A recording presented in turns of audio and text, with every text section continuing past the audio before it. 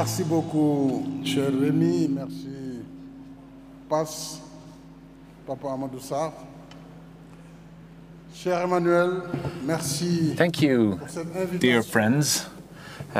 Thank you, dear Emmanuel, for this invitation. This is a very unusual setting, very much in line with the Paris summit, which was held in May 2021 on the financing of African economies. So this is my opportunity to insist once again on the importance of the cooperation between France and Senegal and France and Africa. As far as Senegal is concerned, I would like to pay tribute to the latest developments we have developed over the past 3 years to support the younger generations. After all, we're preparing the future. There is the iconic example of the express regional train between Dakar and Niamnado, the cybersecurity agreement, which is important in the fight against terrorism and cybercrime in general, and the Franco-Senegalese campus project, which is also iconic of our new cooperation. Today, once again, we are together with state and non-state representatives, banks who are sometimes quite slow at acting, except for a few who are pretty good at acting rapidly, which is something we like. But again, for our younger generations, I think our banks must change the way they do business. I'm looking at Adisina from the African Bank, Mata Diop from SFE and BAOD, of course, Remy from AFD as well, who is who very much has switched gears. I think that more than ever, the Europe-African partnership shall be renewed and more focused both on action and results. Once again, I would like to insist on the important role of states in Africa. We're talking about a development process which is just starting, and we are in a phase of our development where foreign investments are still weak in spite of efforts and reforms. The national private African sector needs to be supported because the economy is still young. We need to mobilize additional resources to support very small and medium-sized enterprises. It is an absolute necessity, and it is only fair. The African population is very young. 70% of Africa's population is under age 25. Under age 25. So there should not be any bigger priorities than taking care of the younger generations, start-uppers, young farmers, and even those who have not been to school. We need to make them more autonomous.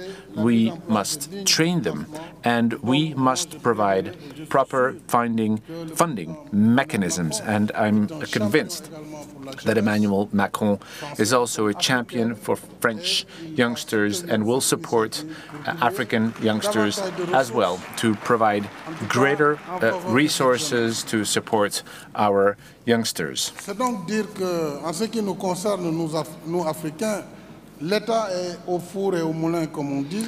So we African states are extremely busy. We need to build basic infrastructures, but we need to build and focus on all the other infrastructures through large private-public partnerships to build hydroelectric facilities, dams, and we must in the meantime provide the social services schools, education, and healthcare services. And of course, once again, we must support our youngsters, especially those who are most creative and inventive.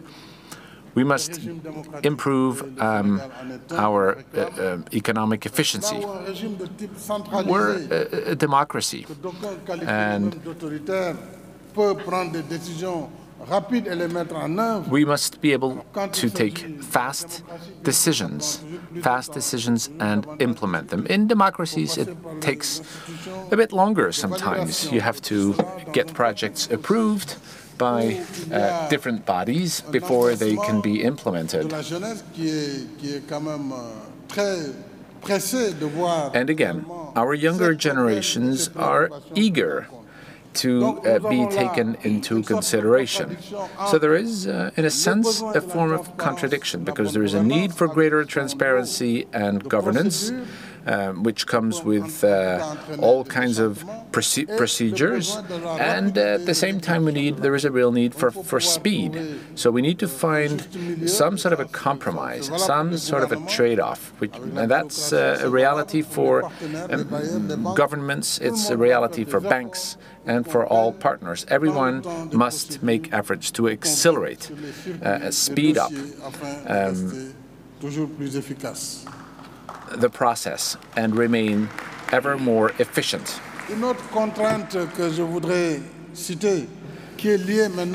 Another constraint we have is access to resources through massive funding for growth and development.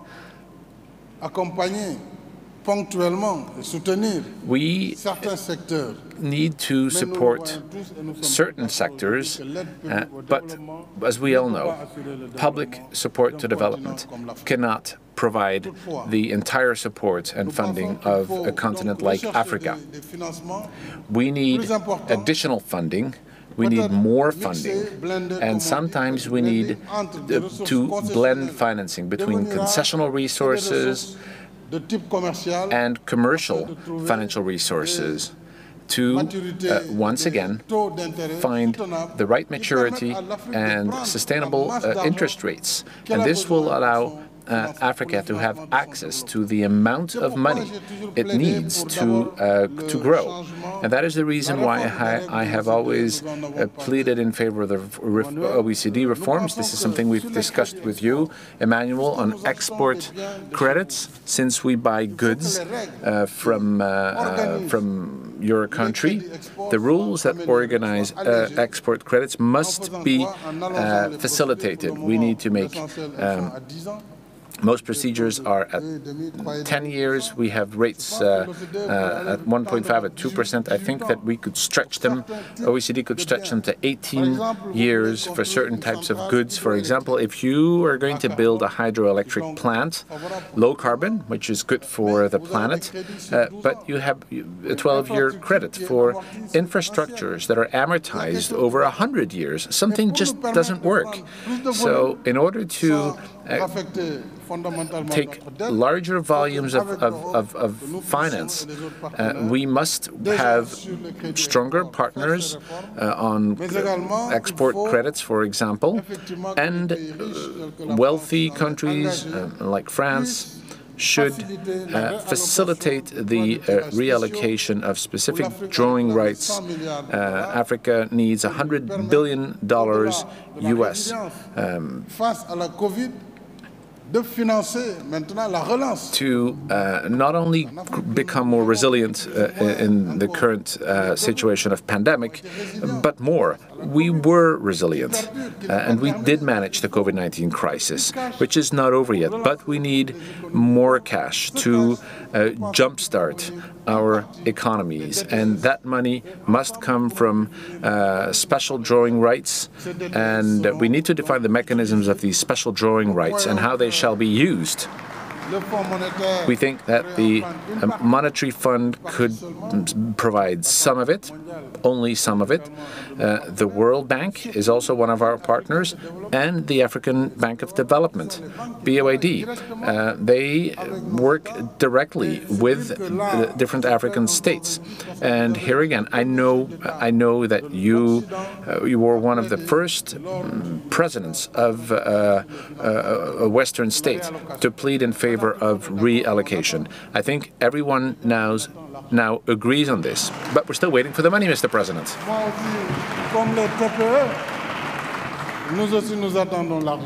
A bit like SMEs, we're waiting on reallocation money, which many have committed to. Hopefully, before the end of the summit in Brussels, we will get a firm commitment from Europe, and hopefully this money will come quickly. We have been suffering for 2 years.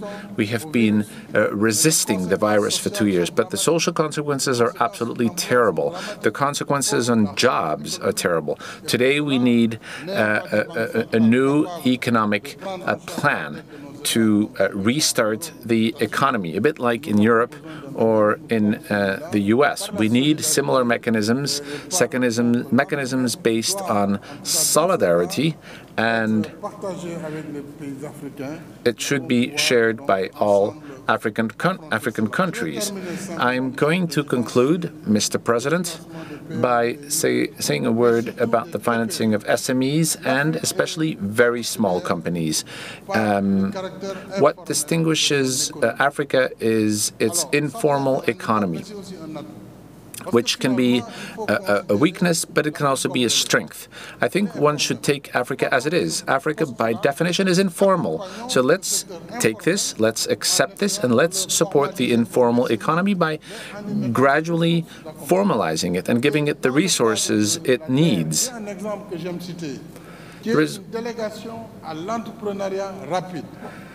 We need a delegation for fast entrepreneurship. What I've noticed is that banks refuse to lend money to individuals, and oftentimes the state has to jump in with a mechanism that limits the amount of bureaucracy. And the R in DAR stands for rapid, for fast. Things have to be done quickly, swiftly, and we need to make access to funding faster. DER did this successfully, and I would like to thank you for your efforts and for your hard work. You and your entire team. You have a young team, and you have many women on your team, and that is also very important. I think it is a positive form of discrimination in favor of women, and I think, I don't know the exact numbers, but I think we had more than 150 million euros that were financed with a very good recovery rate. So if we can mobilize more for all African youngsters, people will stay in Africa. They won't try and cross the Mediterranean or the desert. We need resources. I